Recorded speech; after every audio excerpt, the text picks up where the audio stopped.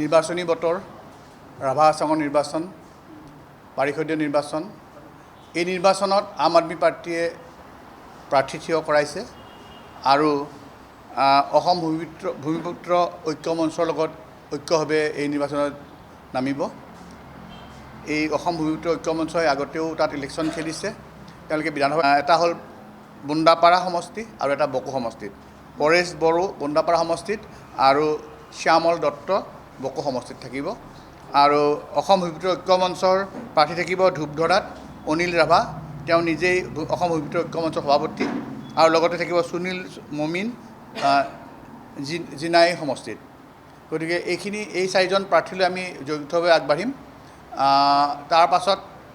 আমি পিছলৈও এই দলটোলৈ আমাৰ বুজাবুজি থাকিব গতিকে আমি আশা কৰিম অসমৰ ৰাইজে ৰাভা হাছং এৰিয়াৰ ৰাইজে আমাৰ এই প্ৰাৰ্থীসকলক আঁকোৱালি ল'ব আৰু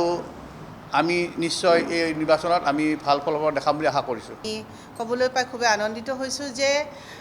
যিটো সময়ত আম আদমি পাৰ্টিৰ বিষয়ে বিভিন্ন ধৰণৰ চৰ্চা চলি থাকে যে আম আদমি পাৰ্টি অসমত আছেনে নাই গম নাপায় বুলিও কিছুমান মিডিয়াই আমি বা কিছুমান মানুহে আমি কোৱা দেখা পাওঁ সেনেকুৱা সময়তে কিন্তু আম আদমি পাৰ্টিয়ে এক জনজাতীয় যি আমাৰ ৰাভা হাছঙৰ পৰিষদীয় নিৰ্বাচন সেই নিৰ্বাচনত অৱতীৰ্ণ হ'বলৈ যোৱা কথাটো আমাৰ কাৰণে আৰু অসমবাসীৰ কাৰণে হয়তো খুব আনন্দ আৰু সুখৰ বিষয় কিয়নো আম আদমি পাৰ্টিয়ে অসমৰ যি জাতীয় সমস্যা আৰু অসমৰ জনজাতীয় লোকসকল বৈচিত্ৰ্যপূৰ্ণ অসমৰ বিভিন্ন জাতি জনগোষ্ঠীৰ সৈতে একত্ৰিত হৈ এই নিৰ্বাচনত অৱতীৰ্ণ হ'বলৈ ওলাইছে আৰু সেইটো আমাৰ কাৰণে অত্যন্ত সুখবৰ কিন্তু আপোনালোকক এটা কথা জনাবলৈ বিচাৰিম যে ৰাভা হাছং এলেকাত ইয়াৰ আগতে কংগ্ৰেছৰ দিনতো তেওঁলোকৰ প্ৰতিনিধি আছিলে কংগ্ৰেছ চৰকাৰৰ দিনতো আৰু তেওঁলোকেও সেই সময়ত চৰকাৰ থকা সময়ত ৰাভা হাছঙত নিৰ্বাচনত অৱতীৰ্ণ হৈছিলে তাৰ পিছত বিজেপি চৰকাৰ আহিলে আজি আমি সেই অঞ্চলত গৈ ঘূৰি মেলি দেখিবলৈ পাইছোঁ যে ৰাভা হাছং অঞ্চলত বাট পথৰ যি দুৰৱস্থা এই দুৰৱস্থাই এটা কথাই বুজাইছে যে 4টা ইঞ্জিনৰ চৰকাৰ চলিছে 4টা ইঞ্জিনৰ চৰকাৰ মানে কেন্দ্ৰীয় চৰকাৰ ৰাজ্য চৰকাৰ তাৰপিছত আপোনাৰ পঞ্চায়ত আছে তাৰপিছত আপোনাৰ ZPC আছে গতিকে এই ধৰণৰ যেতিয়া 4টা ইঞ্জিনৰ চৰকাৰ চলি আছে তেনে ক্ষেত্ৰত কিন্তু আমি আচৰিত হৈ গৈছোঁ যে সেই অঞ্চলত উন্নয়ন ইমানেই বেয়া শোচনীয় অৱস্থা তাত যিসকল আমাৰ খিলঞ্জীয়া ভূমিপুত্ৰ আছে ৰাভাসকলৰ যি ৰবৰৰ যি খেতি আছিলে তেওঁলোকৰ পূৰ্বতে ৰবৰৰ খেতি কৰি তেওঁলোকে জীৱন নিৰ্বাহ কৰিছিল সেই ৰবৰৰ খেতি কৰা খেতিয়কসকলৰ বৰ্তমান কিন্তু খেতিবাৰী বন্ধ হৈ গৈছে আৰু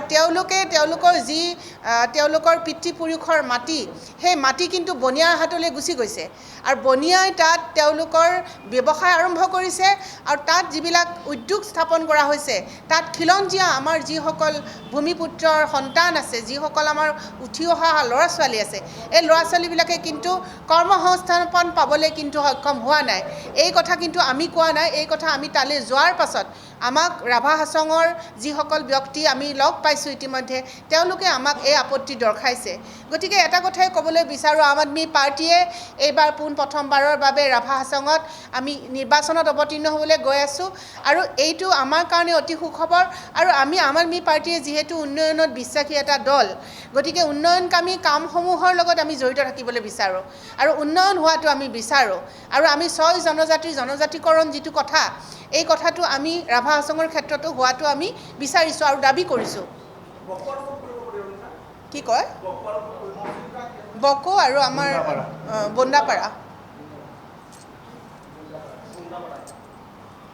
গতিকে আপোনালোকক আমি এটা কথাই জনাম যে আম আদমি পাৰ্টিয়ে নিশ্চয়কৈ আমি কম সংখ্যক প্ৰাৰ্থী আমি তাত প্ৰক্ষেপ কৰিছোঁ কিন্তু এইটো অৰ্থ নকৰে আমি প্ৰথম আমাৰ যাত্ৰা আৰম্ভ কৰিছোঁ আৰু অসমবাসী ৰাইজে নিশ্চয়কৈ আমাৰ আম আদমি পাৰ্টিক আঁকোৱালি ল'ব কাৰণ আজি বিগত সময়ছোৱাত আপোনালোকে চাব যে বিৰোধী হিচাপে কংগ্ৰেছ দলে যি ধৰণে ভূমিকা পালন কৰিব লাগিছিল সেই ধৰণে ভূমিকা পালন কৰাত কিন্তু কংগ্ৰেছ দল সম্পূৰ্ণৰূপে ব্যৰ্থ হৈছে আৰু তাতকৈ ডাঙৰ গুৰুত্বপূৰ্ণ কথা যে তাত ৰাইজৰ দল হওক বা অসম জাতীয় পৰিষদ হওক আমি জনামতে তেওঁলোকে মাত্ৰ জাতীয় পৰিষদৰ পৰা এজনহে প্ৰাৰ্থী দিবলৈ সক্ষম হৈছে কিন্তু বাকীখিনি সকলো 6টা কেণ্ডিডেট আপোনাৰ বিজেপি দলৰ পৰা দিছে আৰু বাকীখিনি কেণ্ডিডেট কিন্তু ৰাভা হাছঙৰ তৰফৰ পৰা দিয়া হৈছে আমি জনাত যিগৰাকী ব্যক্তিৰ নেতৃত্বত তাত নিৰ্বাচনত অৱতীৰ্ণ হ'ব 30 গৰাকীকৈ প্ৰাৰ্থী টংকেশ্বৰ ৰাভা ডাঙৰীয়া তেখেতে নিজেই ৰাভা সম্প্ৰদায়ৰ মানুহ নহয় বুলি ইতিমধ্যে কংগ্ৰেছেও দাবী কৰিছে বা অন্যান্য দল সংগঠনসমূহেও দাবী কৰিছে। আৰু যদি এই কথা সঁচাকৈ সত্য হয় তেনেহ'লে ই কিন্তু সঁচাকৈ দুৰ্ভাগ্যজনক। যদি এটা জাতিক প্ৰতিনিধিত্ব কৰিবলৈ গৈ তেখেতৰ নিজৰে পৰিচয়টো নাথাকে সেই জাতিৰ ব্যক্তি হিচাপে, তেনেহ'লে কিন্তু তাতকৈ দুৰ্ভাগ্য কথা আৰু একো নাই। বকো ২৭ নং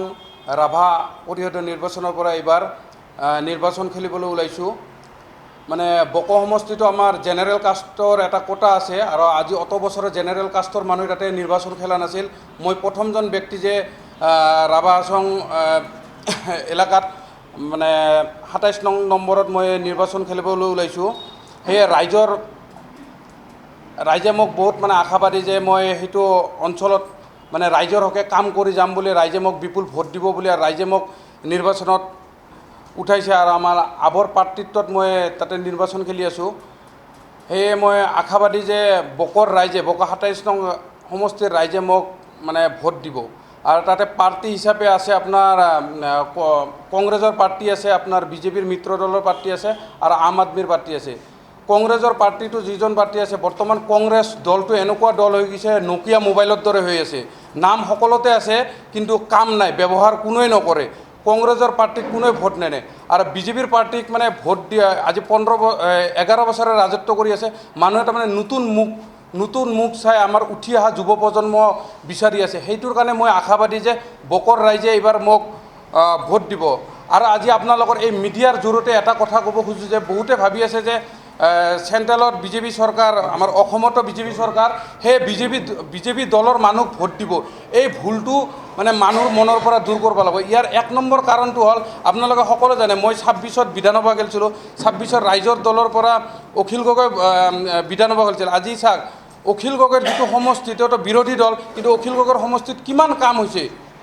সেইটোৰ কাৰণে মই ভাবোঁ যে আমাৰ বকো সমষ্টিত এইবাৰ ৰাইজে মোক আপৰ পাৰ্টি হিচাপে মানে তাতে নিৰ্বাচনত জয় কৰিব আৰু মই ৰাইজৰ হকে কাম কৰি যাম বুলি মই আশাবাদী।